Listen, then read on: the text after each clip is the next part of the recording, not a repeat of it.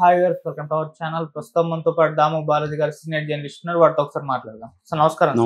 So cinema ఇండస్ట్రీకి మహిళా commission chairman Sharada నెరల గారు అయితే ఒక సీరియస్ వార్నింగ్ అయితే ఇచ్చారు. అంటే రీసెంట్ టైంలో కొన్ని సాంగ్స్ చూసుకుంటే మహిళల్ని కించపరిచే విధంగా ఉన్నాయి అని చెప్పేసి, అటువంటి ఇంకోసారి రిపీట్ కాకుండా మీరు బాధ్యతాయుతంగా వ్యవహరించాలని చెప్పేసి ఆమె అయితే సీరియస్ వార్నింగ్ ఇచ్చారు. మరి అప్కమింగ్ ఫిలిమ్స్ లో అటువంటి లేకుండా ఉండడం సాధ్యమేనా? ఇప్పుడు మహిళా కమిషన్ సీరియస్ అయిపోయింది కాబట్టి దీనిపైన మరి వీళ్ళు కూడా దృష్టి సారించే అవకాశం ఏమన్నా ఉందా? ఏం చెప్తారు సార్ దీనికి సంబంధించి?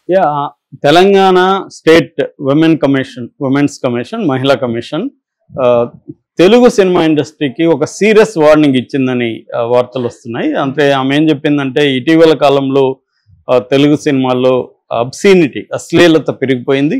దీనివల్ల మహిళల పట్ల సమాజంలో చిన్న చూపు వచ్చే అవకాశం ఉంది. సో ఇది సినిమా అనేది విపరీతంగా ఇన్ఫ్లుయెన్స్ చేస్తుంది కాబట్టి ముఖ్యంగా యూత్ని.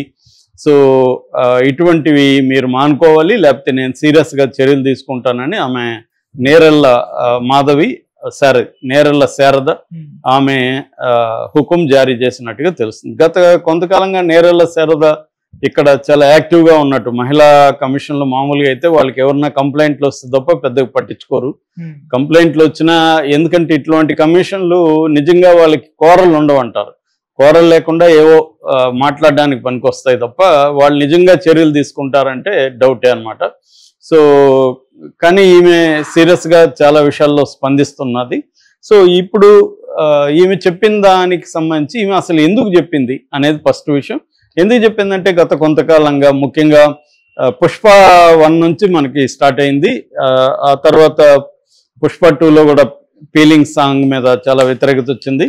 ముఖ్యంగా సుకుమార్ సినిమాలో ఇలాంటిది పెట్టడం అనేది వ్యతిరేకత వచ్చింది. అట్లాగే బాలయ్య డాకు మహారాజ్ పాట, ఆయన చాలా ఘోరంగా ఒక అమ్మాయిని అక్కడ వెనక నుంచి కొట్టుతా ఉండడం, దాన్నే మళ్ళీ స్టేజ్ మీద కూడా చేయడం, ఇదంతా కూడా డాకు మహారాజ్ మీద కూడా తీవ్ర దెబ్బడి సాంగ్, దాని తీవ్ర వ్యతిరేకత వచ్చింది. అట్లాగే లేటెస్ట్గా అదిదా సర్ప్రైజ్ అనే మన ఒక పాట రాబిన్ హుడ్ నితిన్ శ్రీలీల, ఆ సినిమాలో సాంగ్ కూడా చాలా వ్యతిరేకత.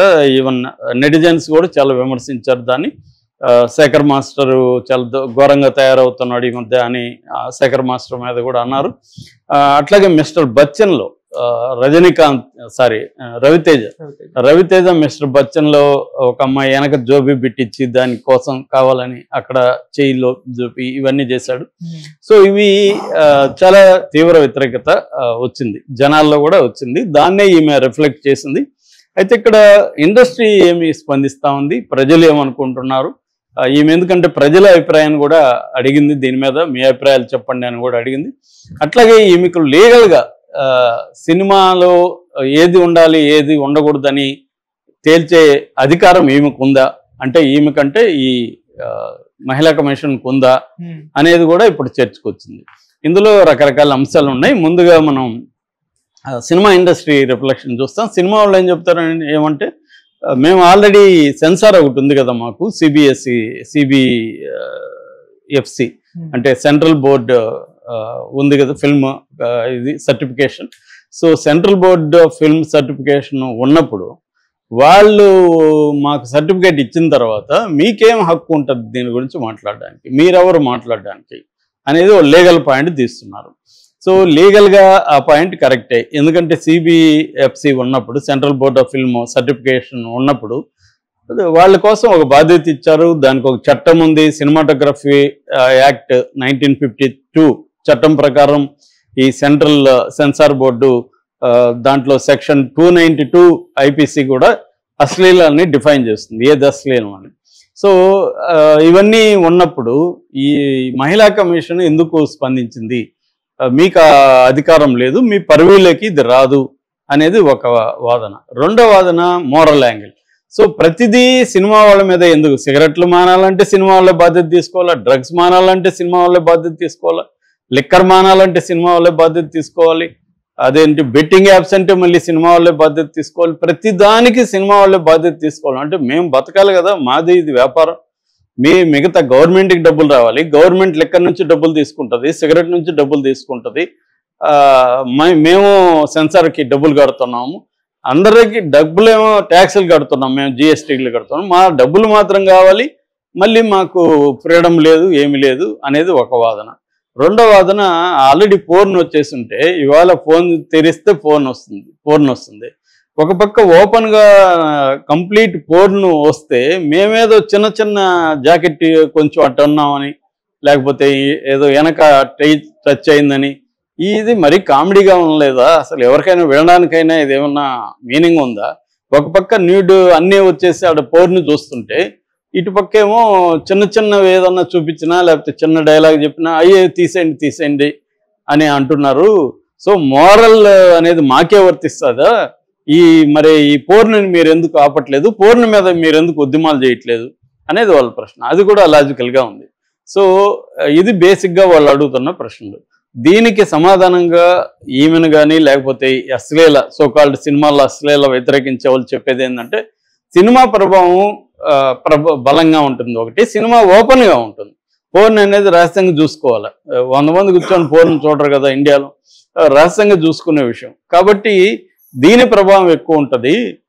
అందుకనే మేము సినిమా మీద ఎక్కువగా స్ట్రెస్ చేస్తాము, ఎందుకంటే సినిమా అనేది ప్రభావం ఎక్కువ ఉంటుంది అని చెప్తున్నారు.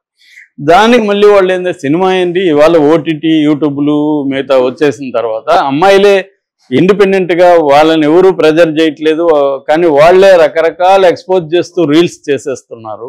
అవి లక్షల మంది కోట్ల మంది చూస్తున్నారు. సో అలాగా ఎవరో వాళ్ళు ఇవాళ అశ్లీలం అనే దానికి ఒక డెఫినేషన్ లేకుండా పోయింది. వాళ్ళతో పోలిస్తే మా సినిమాలో మేము చేపించేది అంతా, ఎందుకంటే మాకు రిస్ట్రిక్షన్స్ ఉన్నాయి. Central board of film certification ఉంది. సో ఈ సెన్సార్ బోర్డు ఇవన్నీ దాటుకొని మేము రావాలి. వాళ్ళకి అవేమీ లేవు, రీల్స్ పెట్టే వాళ్ళకి ఏముంటుంది, ఏమీ లేవు. వాళ్ళు ఇష్టం వచ్చినట్టు డిప్పి చూపిస్తున్నారు. మీరు వెళ్ళి ఇన్స్టాలో ఓపెన్ చేయండి, ఎంత ఘోరంగా ఉన్నాయో, ఫేస్బుక్లో చూడండి. సో వాటికంటే మేము పెడుతున్నాం అనేది ఇది ఎడతెగని వివాదాలు. కాకపోతే ఏంటంటే దీనివల్ల చర్చ, నేను కూడా చాలాసార్లు చెప్తున్నా, సినిమా మీద అనేది 1930s 40s కూడా మా దగ్గర మనస్ ఫౌండేషన్ మ్యాగజైన్స్ ఉన్నాయి. ఆ మ్యాగజైన్స్ ఇదే డిబేట్ అనమాట. అప్పుడు కూడా ఈ అశ్లీల సినిమాలను బ్యాన్ చేయండి అని టైటిల్ కనబడుతుంది. ఇప్పుడు 40s 50s కూడా. అంటే ఈ డిబేట్ ఎప్పుడు కూడా జరుగుతూనే ఉంది చరిత్రలో. ఇవాళ అయితే అది మీనింగ్లెస్ నిజంగా. ఎందుకంటే పోర్న్ వచ్చేసిన తర్వాత సినిమాల్లో అశ్లీలం గురించి మాట్లాడడం మాత్రం కామెడీగానే ఉంటుంది నిజంగానే. ఎందుకంటే ఇదే డబుల్ స్టాండర్డ్స్. అంటే ప్రభుత్వం తన బాధ్యతలను తప్పించుకోవడానికి ఇంకెవరినో బలి చేయడం. అలాగా వీళ్ళ చేతగాక నిజానికి దమ్ముంటే మహిళా కమిషన్లు కావచ్చు, మహిళా సంఘాలు కావచ్చు, ఎవరైనా సినిమాల అశ్లీలం గురించి మాట్లాడేవాళ్ళు పోర్న్ బ్యాన్ చేయించండి మీరు దమ్ముంటే. సెంట్రల్ గవర్నమెంట్ అనుకుంటే పోర్న్ బ్యాన్ చేయలేదా? చేయగలదు. కానీ ఎందుకు చేయట్లేదు వాళ్ళేదో నామకాయ వస్తే కొన్ని సైట్లు చేస్తారు, మళ్ళీ యూఆర్ఎల్ వచ్చేస్తాయి. అన్ని పోర్న్ సైట్లు వాళ్ళు బ్యాన్ చేసిన ప్రతి పోర్న్ సైట్ను చూడొచ్చు. వాళ్ళ పేరుకు బ్యాన్ చేశారు, ఎందుకంటే వాడు యూఆర్ఎల్ మార్చేస్తాడు, ఎక్కడ ఉంటాడు. బెట్టింగ్ యాప్లు కూడా అంతే. బెట్టింగ్ యాప్ల్ని ప్రమోట్ చేసే వాళ్ళ మీద యుద్ధాలు చేస్తున్నారు తప్ప బెట్టింగ్ యాప్ల మీద ఎవడు యుద్ధం చేయట్లేదు. సో బెట్టింగ్ యాప్ల మీద యుద్ధం చేయకుండా ప్రమోషన్లో వాళ్ళ మీద పడి ఏడిస్తే వాళ్ళు ఇంకొకరి దగ్గర చేయించుకుంటారు, హాలీవుడ్ వాళ్ళని దింపుతారు రేపు. సో వీళ్ళు చేయకపోతే ఇంకొకరు చేస్తారు. అదే హర్షద్ సాయి అన్నాడు, మేము చేయకపోతే ఇంకొకటి చేస్తారు. అది కరెక్టే కదా. అసలు మూలాన్ని నువ్వు నిర్మూలించకుండా, రోగాన్ని నిర్మూలించకుండా సిమ్టమ్ని నిర్మూలించినట్టు ఉంది. ఇది రోగాన్ని కదా నిర్మూలించాలి. సో ఇది డబుల్ స్టాండర్డ్స్ మన ఇండియన్ దీంట్లోనే ఉంది. బయటేమో లక్షలాది జంతువులను చంపి తింటుంటాం రోజు. సినిమాలో ఏదన్నా ఒక పెట్టబోయినా ఒక కోడిపోతే కూడా దానికి సర్టిఫికేట్ లేకపోతే ఆ సీన్ తీసామంటారు. అదే కోళ్ళు తింటా ఉంటాం రోజు. ఇది డబుల్ స్టాండర్డ్, హిపోక్రసీ బేసిక్గా. సో రెండోది, ఈమెకేమి అధికారం లేదు, ఈమె కాసేపు మాట్లాడాల్సిందే, ఫైనల్గా ఈమె తేల్చేది ఏమి ఉండదు. సో ఆమె చర్చకి దారి తీసే విధంగా ఆమె మాట్లాడింది తప్ప ఆమెకేమీ అధికారం ఉండదు. ఈవెన్ కోర్టులే ఒకసారి సెన్సార్ ఇచ్చేసినాక మేమేం చేయలేమని కోర్టులే చెప్తున్నారు. సో ఇవాళ ఇది నిజానికి ఏదో సినిమా మీద మాత్రమే మాట్లాడితే కొంత పాపులారిటీ కాబట్టి పాపులారిటీ వస్తుందని తప్ప అది నిజానికి పెద్ద అశ్లీలం కాదు. కాకపోతే ఏంటంటే స్త్రీలని ఎలా చూపిస్తున్నారన్న చర్చ మాత్రం ఖచ్చితంగా ఉండాలి. ఎందుకంటే స్త్రీలని ఇప్పుడు దెబ్బడిదిబ్బిళ్ళ సాంగ్లో చాలా స్త్రీ అంటే ఆమెను ఏమన్నా చేయొచ్చు అన్నట్టుగా బాలకృష్ణ ప్రవర్తించడం, బచ్చన్లో కూడా అదే. అటువంటి యాంగిల్ డిస్కస్ చేయడం ఖచ్చితంగా అవసరం. అశ్లీలం అనేది కాకుండా స్త్రీలను ఒక ఆబ్జెక్టిఫై చేసి స్త్రీలను ఏమన్నా చేయొచ్చు, మనం మగవాళ్ళకి స్త్రీల బాడీల మీద సర్వ హక్కులు ఉంటాయి అన్న నార్మలైజేషన్ ఆఫ్ సెక్సువలైజేషన్ అంటారు. దీన్ని ఖచ్చితంగా వ్యతిరేకించాలి. దీనివల్ల ఏమవుతుందంటే మగవాళ్ళకి అందరికీ స్త్రీలు అవైలబుల్, వీళ్ళ మనం ఎక్కడన్నా చేయొచ్చు, ఏమన్నా చేయొచ్చు అన్న ఇది కలుగుతుంది. అది స్త్రీల రక్షణకు చాలా డేంజర్గా మారుతుంది. ఆ యాంగిల్లో ఖచ్చితంగా సినిమాల గురించి చర్చించాలి. అంతే తప్ప అశ్లీలం అనేది వాళ్ళ కామెడీ టాపిక్. ఎందుకంటే ఒక పక్క పోర్ను ఓపెన్ చేయకపోయినా చేసినా సెల్ ఫోన్లో వచ్చేస్తాయి. దాన్ని ఎవడు ఆపలేని పరిస్థితిలో ఉన్నప్పుడు సినిమాలో మైల్డ్గా ఉండే వాటిని అశ్లీలం పేరుతో అటాక్ చేయడం అనేది మీనింగ్లెస్. కానీ స్త్రీని ఆబ్జెక్టిఫై చేసే ఇదే సినిమానే కాదు, అనేక యాడ్లలో కావచ్చు, అనేక విషయాల్లో స్త్రీని ఆబ్జెక్టిఫై చేయడం